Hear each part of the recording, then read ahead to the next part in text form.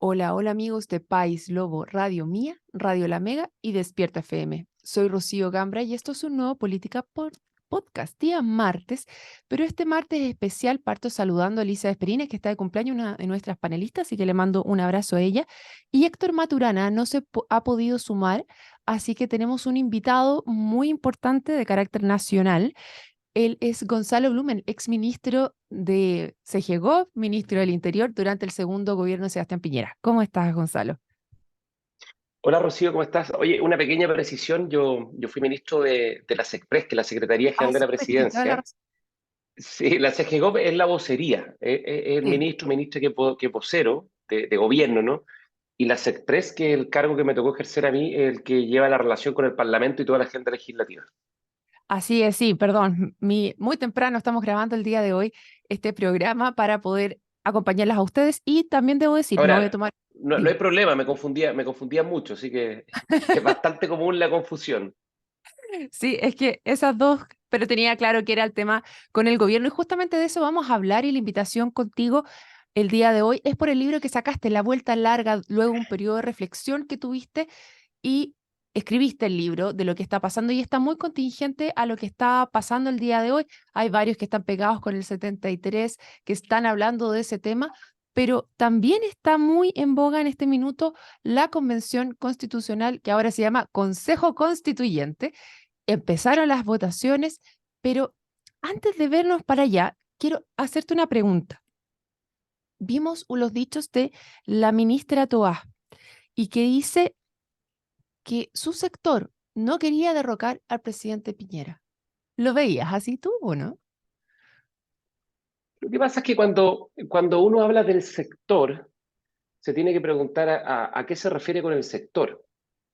Ujú. Claro, ciertamente hubo algunos parlamentarios y dirigentes de la centroizquierda que cumplieron un buen papel, ¿no? Y que actuaron con lealtad democrática, digamos, y que de hecho fueron muy importantes para llegar al acuerdo del 15 de noviembre, ¿no? El acuerdo que dio origen al proceso constituyente y que permitió estabilizar la crisis y la situación social y política que enfrentaba el país después del estallido, que era muy compleja. Entonces, ciertamente hubo algunos dirigentes que cumplieron un buen papel, pero yo diría que en el mundo de la izquierda es más bien una minoría, no una mayoría, porque en general, buena parte de los parlamentarios y la misma ministra Toá lo reconoció después a través de sus redes sociales, se sumaron a distintas iniciativas para buscar el término anticipado del mandato presidencial del expresidente Sebastián Piñera, desde acusaciones constitucionales, que no fue una, fueron dos veces, y también acusaron a varios ministros, ¿no? En distintas ocasiones, hasta distintas arremetidas y distintas acciones para buscar, digamos, ponerle término a ese mandato. Hubo muchos parlamentarios de izquierda, del Partido Comunista, del Frente Amplio, que hoy día gobiernan, porque hoy día son parte del gobierno, que hicieron propuestas desde poner término anticipado al mandato, adelantar las elecciones, hasta una acción que se presentó en el Parlamento por dirigentes también que forman parte de la coalición de gobierno hoy día, que buscaron activar un recurso que nunca se ha usado en democracia, ¿no? Que es un recurso que permite declarar la incapacidad del presidente de la República por razones mentales, digamos. Lo que además de ser un hecho abusivo es una infamia, ¿no? Es algo muy reprochable desde el punto de vista de la convivencia democrática. Y si a eso tú le sumas los homenajes a las primeras líneas, si a eso tú le sumas eh, el permanente cuestionamiento a las actuaciones de las fuerzas de orden y seguridad, a las cuales hoy día respaldan, y está bien que así sea, en general lo que uno ve es que eh, más allá de si fue el sector completo o fue un grupo de parlamentarios dirigentes del mundo de la izquierda, y también algunos de la centroizquierda que hasta titubearon en diversas ocasiones, sí hubo muchos que se tentaron o se sedujeron con esta idea de lograr la caída del gobierno. Obviamente hubo otros que no, que se comportaron de buena manera, como el expresidente del Senado en su momento, Jaime Quintana, como el ex senador Felipe Arboe, algunos de la democracia cristiana, incluso el presidente Boric, que tuvo momentos donde tuvimos diferencias gigantescas, también fue parte del acuerdo de noviembre. Eso yo lo valoro. Pero yo diría que eso fue la menor parte del tiempo y también fue la menor parte de los dirigentes del mundo de la izquierda, la mayor parte, se fue, digamos, entusiasmando con esa idea que finalmente, después del acuerdo, empezó a decaer, producto de que finalmente se había logrado, digamos, la posibilidad de causar la crisis a través del acuerdo constitucional. Pero cayó por eso, o sea, porque el acuerdo era por la paz y una nueva constitución. Pero de la paz muchos no estaban tan de acuerdo o no se veían tanto asomo de lograrla, sino más bien vino el COVID y con eso se calmaron los ánimos o hubo un respiro. ¿O efectivamente tú crees que había acuerdos por la paz realmente dentro del oficialismo actual? A ver, el acuerdo de noviembre fue muy importante para estabilizar la situación. Eso es indiscutible si uno mira las cifras de hechos violentos.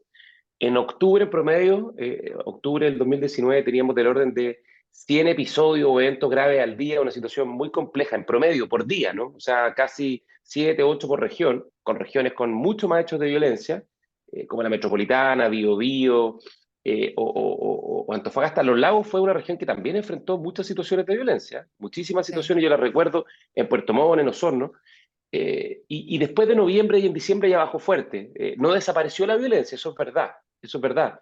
Bajamos a un promedio de 2, 3 episodios por día, lo que obviamente es mucho menos, pero también es malo, digamos. El ideal es que no se produzca ninguna situación, si no tiene por qué producirse en democracia. Si la violencia en democracia es inadmisible, digamos. Y ahí yo creo que está quizá uno de los grandes errores de la izquierda para el periodo del estallido, que es lo que dijo la presidenta del Partido Socialista, Paulina Bodanovich, hace algunas semanas, cuando señaló que ellos no fueron suficientemente tajantes para condenar la violencia que se produjo en ese momento. Y eso es indiscutible y eso está lleno de evidencia.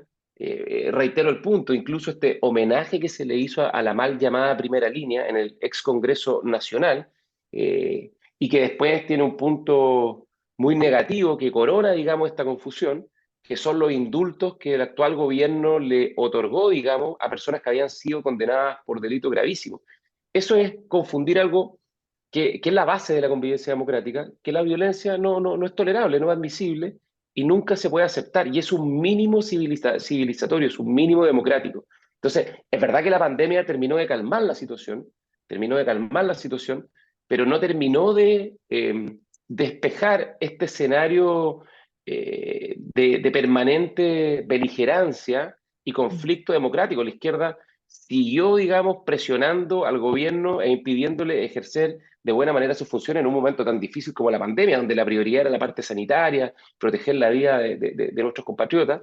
Y en ese momento, dirigentes del Partido Comunista, el exalcalde Jadwe y otros empezaron a obstaculizar y reprochar, incluso a través de querellas penales, todas las acciones que realizaban los funcionarios del Ministerio de Salud, los ministros, los subsecretarios, haciendo lo posible y lo imposible para causar problemas, digamos. Y es una actitud muy poco democrática.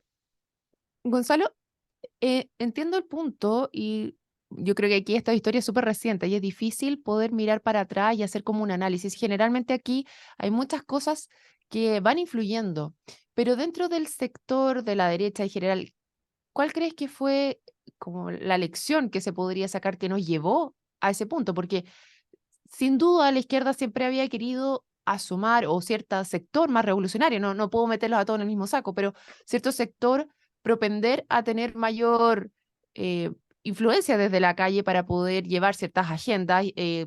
Mucho antes habíamos visto el marca tu voto con AC que venía aumentando y aumentando, pero ¿sientes que hubo un sector que estaba muy poco proclive a hacer cambios que avivó el otro lado, por ejemplo, para que se unieran más frente A a ver, un enemigo común o algo por el sí. estilo?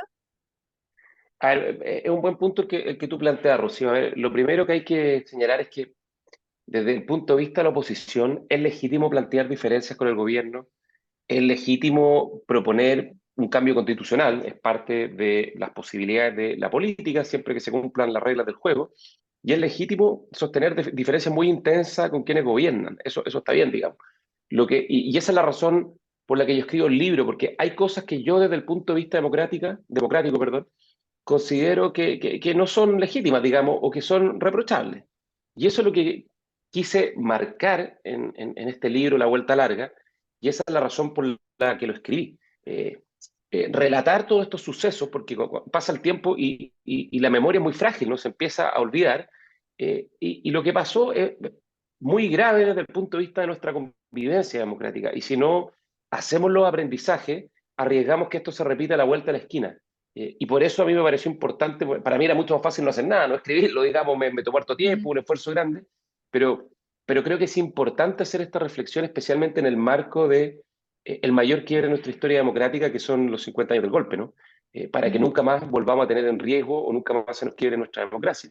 Y por eso esos aprendizajes, yo creo que hay unas lecciones que tenemos que, ojalá todos comprometernos, que la violencia no es tolerable, no es amparable, no es admisible en democracia, que se respetan los mandatos democráticos de todos los presidentes, independiente del signo político que tengan, que no se puede aspirar a terminar anticipadamente, y sobre todo por razones de facto, por la violencia, como con primeras líneas, con turbas callejeras, los mandatos presidenciales, de que siempre hay que respetar las reglas del juego, las normas constitucionales y legales que nos rigen el Estado de Derecho, ¿no? Y que las revoluciones son dañinas, digamos, que, en democracia lo que corresponde es hacer reformas. Y ahí sí tomo tu punto y acojo lo que tú dices, que yo creo que es verdad, no siempre, pero porque no es bueno también cargar a todos en el mismo bulto, pero que hay sectores en ese momento el oficialismo, la centro derecha, digamos, que quizás faltó tener un ánimo más reformista para hacerse cargo con mayor sentido de urgencia, sobre todo de las problemáticas sociales que tiene nuestro país, ¿no? En materia previsional, en materia de salud, en materia de seguridad pública, eh, pero sobre todo en aquellos temas que más afectan, digamos, la calidad de vida de las personas. Porque en democracia no existe aquello como el mundo ideal o un mundo perfecto. Siempre hay problemas, siempre. Es como las ciudades. No sé si tú te has fijado que en las ciudades siempre hay obras de reparación, de construcción, hombres trabajando, esos típicos letreros. Bueno, en democracia es lo mismo. Nunca estamos cerca o nunca alcanzamos aquello que se considera el óptimo, porque siempre las sociedades son dinámicas, van cambiando y por lo tanto siempre hay que ir acomodando las piezas para hacerse cargo de las tensiones y las necesidades de la gente. Así como el sistema previsional se creó hace 30 años y fue muy positivo, o el sistema educacional que hay en Chile, o el sistema de salud, 30 años después es natural que han ido surgiendo problemas que hay que corregir. Y en eso posiblemente nos faltó ambición para hacernos cargo de esos problemas. Sí, era muy interesante. ¿Por qué lo planteo? Porque recuerdo haberte escuchado en varias charlas antes, porque tú estabas a cargo de Chile Primero, creo que así se llamaba, ¿no? Eh, Avanza De, Chile, no, de Avanza Chile, Avanza Avanza Chile. Chile, que fue como una fundación, un centro de estudio Centro de que creó el estudio presidente del Piñera. expresidente Piñera, claro, al Cuando, final de su cuando primer termina mandato. Piñera uno, ahí partes tú y estabas dirigiendo esto. Y eso llevó muy fuerte a establecer el segundo gobierno, lo que se planeaba. Yo recuerdo, porque fui a una de las charlas, bueno, cuando estaba decidiendo mi voto, viajé, estaba ahí el presidente Piñera con varios jóvenes reunidos y tú estabas al lado. Y escuché el cambio de tono que había para este segundo mandato del presidente Piñera, donde ese segundo mandato hablaba mucho de la clase media, de protección, que el primer gobierno, el primer año de gobierno todos sabemos que es muy difícil, es un año de establecerse, pero había propuestas ahí que no se lograron dentro del Congreso también y que tenía un estilo distinto, que recogía un sentir del pueblo, que le hizo sentido, por algo gana con bastante diferencia a Guille en la segunda vuelta y no era solo por el tema de la Chilezuela, sino que también había un sentido de conexión ahí. Tú tienes toda la razón. De hecho, a mí, y eso lo relato en el libro obviamente se centra en el estallido social y todo lo que vino después, incluyendo la pandemia, que fueron momentos muy difíciles, pero se remonta hasta fines del primer gobierno del expresidente Piñera, porque en el fondo también me interesa mostrar cómo se fueron generando las condiciones previas al 18 de octubre, ¿no? Y todo eso está relatado en el libro. Y efectivamente, en el programa de gobierno del segundo mandato del presidente Piñera, nosotros tratamos de darle un sello social muy fuerte. Yo estoy muy convencido, que si la centro derecha quiere volver al gobierno y quiere tener realmente posibilidad de no solo conseguir votos, sino cautivar corazones, cautivar voluntades y ser mayoría social y política, tiene que tener un discurso social reformista que se haga cargo de las necesidades y los temores que tiene la gente. Y por eso en algún momento, y esto está relatado en este libro, ¿no? Planteamos esta idea de la clase media protegida, que era un conjunto de Correcto. reformas para hacerse cargo de los problemas en pensiones, en salud, en salario, y en todos los problemas principales que aquejan a las personas. ¿Sí? La vida le da a las personas durante digamos, cada cierto tiempo, dificultades muy profundas, digamos, y es importante entender, o es importante que sepamos que no estamos solos, que el éxito en nuestra vida va a depender lo que alcancemos de nuestro esfuerzo, obviamente, de nuestro trabajo, que es muy importante, pero si tenemos un accidente, si fracasamos en la vida en algo, bueno, no estamos solos, vivimos en sociedad y la sociedad cada persona tiene un deber recíproco con el resto de la sociedad, ¿no? Y por lo tanto, es esta idea del mérito, del esfuerzo, pero también de la solidaridad y de el cuidado mutuo, que todos nos apoyamos entre todos. Y eso, creo yo, es lo que es la forma en que hay que entender una democracia moderna.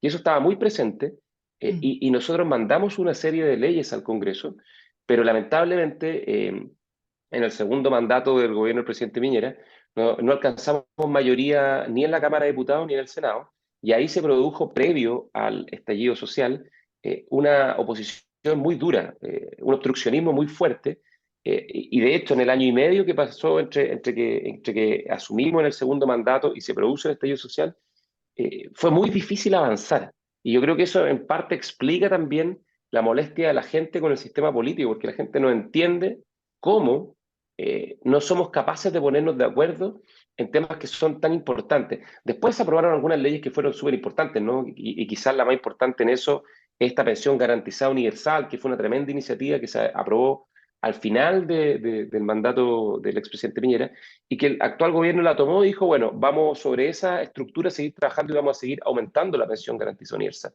Y eso está bien, esa es la forma de avanzar de los países, donde los gobiernos que vienen construyen el segundo piso sobre el primer piso que puso el gobierno anterior, pero lamentablemente nosotros llegamos, nos costó mucho avanzar, en parte quizás nos faltó capacidad de conseguir los acuerdos, pero también en buena medida porque hubo una oposición que fue muy dura, que le negó todo, o no todo, prácticamente todo al gobierno hasta el 18 de octubre, y después del 18 de octubre no solo le negó todo lo que se proponía, sino que muchos y muchas se entusiasmaron, digamos, con alcanzar un término anticipado del mandato. Sí, es bien interesante porque yo recuerdo cuando tú estabas como ministro ahí que generaba ahí este lobby, lobby o conversación con los distintos diputados, estabas muy bien evaluado en ese de cómo lograbas destrabarse estas conversaciones a pesar de todo el obstruccionismo que estamos conversando y cómo se fue polarizando mucho más el Congreso después, pero sí lograbas generar esas conversaciones para hacer ciertas leyes. Me llama mucho la atención lo que señalabas anteriormente, en el sentido de entender la sociedad y esta clase media también con un sentido de protección, porque en la medida que sabemos que hay como una red que nos apoya, somos más propensos a tomar ciertos riesgos. Y de repente dentro de esos riesgos, las sociedades también van aumentando su valor en cuanto a capacidad de producir valor.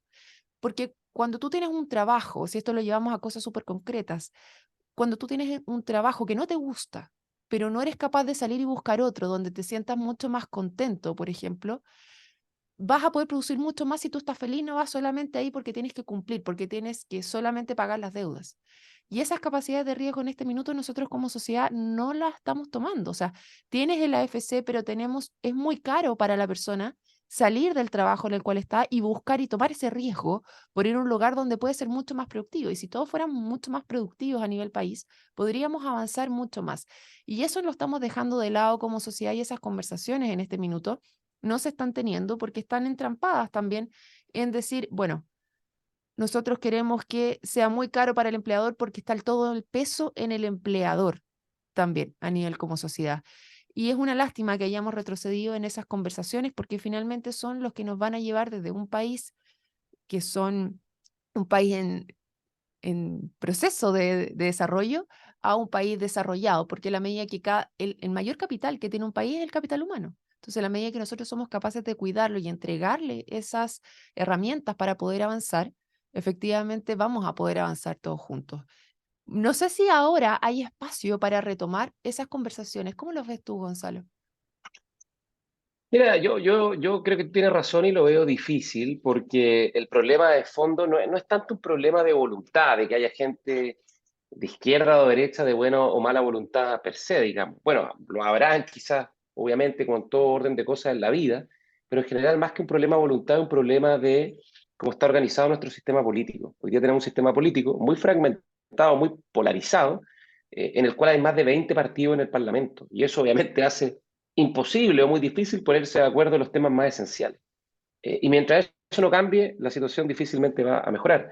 Y por eso es tan importante que se alcance un acuerdo, el mejor acuerdo posible en el Consejo Constitucional, porque ahí los expertos propusieron algunos cambios que van a mejorar el sistema político y van a permitir que tengamos menos partidos, pero partidos más fuertes, más ordenados, que van a poder tener mayores facilidades para ponerse de acuerdo en todos los temas que son importantes para los chilenos.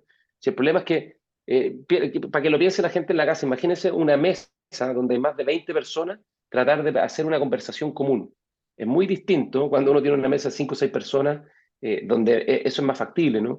Y en el Parlamento pasa lo mismo y multiplícalo por dos, porque hay una Cámara de Diputados y hay un Senado, entonces esta mesa se replica, hay que alcanzar acuerdos en la Cámara, después replicarlo. Entonces, eso es un problema. Y mientras eso no cambie, difícilmente vamos a avanzar. Y por eso es importante que se alcance un acuerdo y se pueda mejorar el sistema político, porque las democracias que funcionan son las que tienen buena política. No se ha inventado, yo sé que a la gente le disgusta mucho la política y tienen buenas razones, porque ven a los políticos peleando, preocupados de puras leceras. Mira tú la semana pasada, cuando está la mitad de Chile inundado por las tremendas lluvias, y en la Cámara de Diputados puras peleas por la lectura de un documento que se leyó previo al golpe en agosto del 73, digamos. ¿Por qué tenemos que estar replicando la lectura de esos documentos 50 años después? ¿Qué sentido tiene aquello? Cuando además que falta de empatía con la gente que está sufriendo. Entonces, raya para la suma, esto no es un problema de bondad o maldad de nuestros dirigentes políticos, sino que es un problema de que el sistema institucional, las normas institucionales que están en la Constitución, hay que cambiarlas, y para cambiarla tenemos que aprobar el texto del Consejo Constitucional. Y en la medida que podamos mejorar eso, mejorar el sistema político, vamos a tener una mejor democracia, y si tenemos una mejor democracia, bueno, van a empezar a avanzar esas reformas que están pendientes hace tanto tiempo. Déjame darte solo un ejemplo. Después Ujú. del estallido, donde hubo muchas demandas sociales, y al comienzo del estallido lo que se hablaba era más bien de temas sociales, ¿no? Las pensiones, la salud.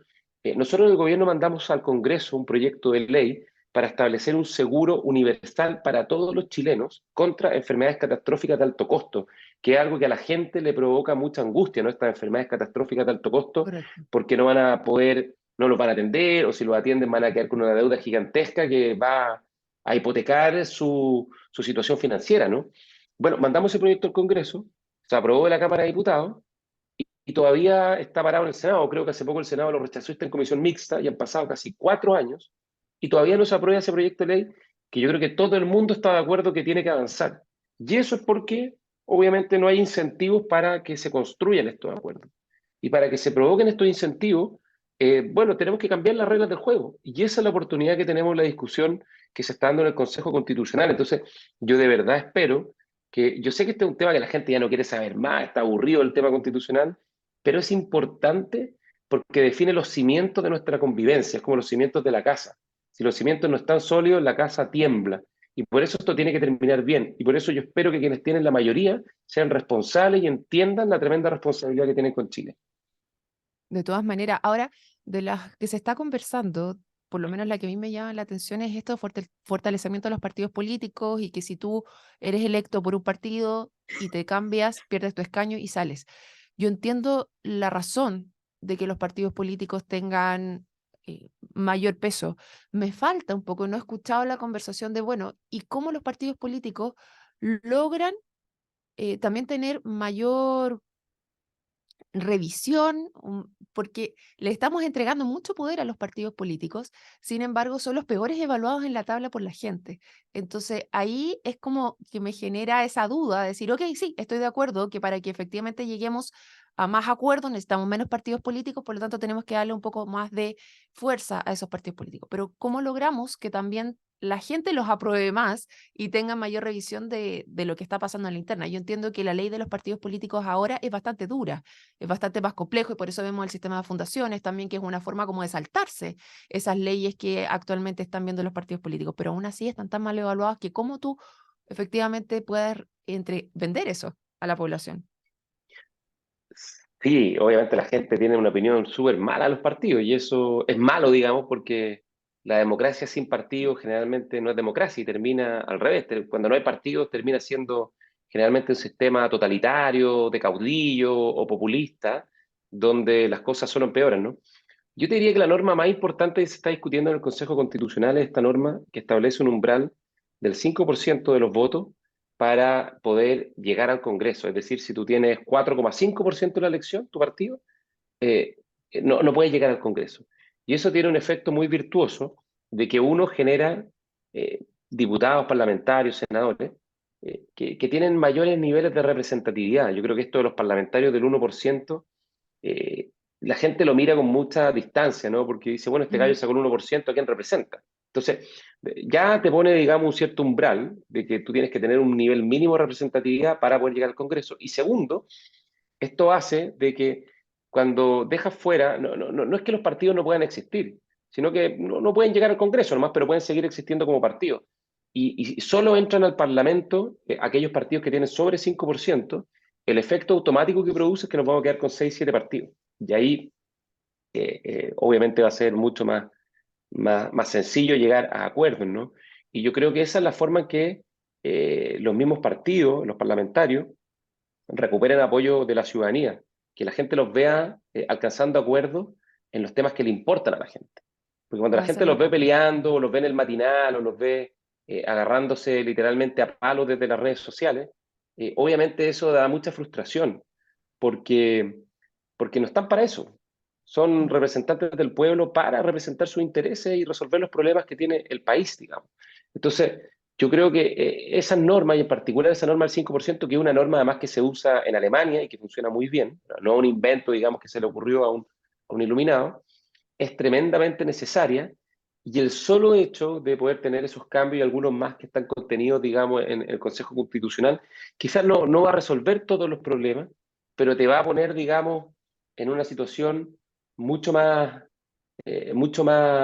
apta, digamos, eh, para que el sistema político pueda hacer lo que tiene que hacer. ¿Y qué es lo que tiene que hacer? Representar a la gente y resolver los problemas que siempre se van a producir, porque siempre en democracia van a surgir nuevos problemas. Y para eso está la política, porque cuando la política no funciona, entonces la gente, ¿qué es lo que busca? Líderes populistas, caudillos, o simplemente sale a la calle y protesta y se manifiesta, incluso a veces de forma muy violenta, como ocurrió el 18 de octubre, también por una muy profunda frustración que da mucha rabia con el sistema político, digamos. Y eso es lo que hay que evitar, digamos, que esa situación se exacerbe porque eso finalmente siempre termina peor. Así es. Bueno, lamentablemente hemos llegado al final de nuestro programa. Quiero agradecer a Gonzalo Blumel por haberse sumado y recordarles a todos nuestros auditores que está el libro La Vuelta Larga de Gonzalo, que lo pueden adquirir. ¿Por dónde, Gonzalo?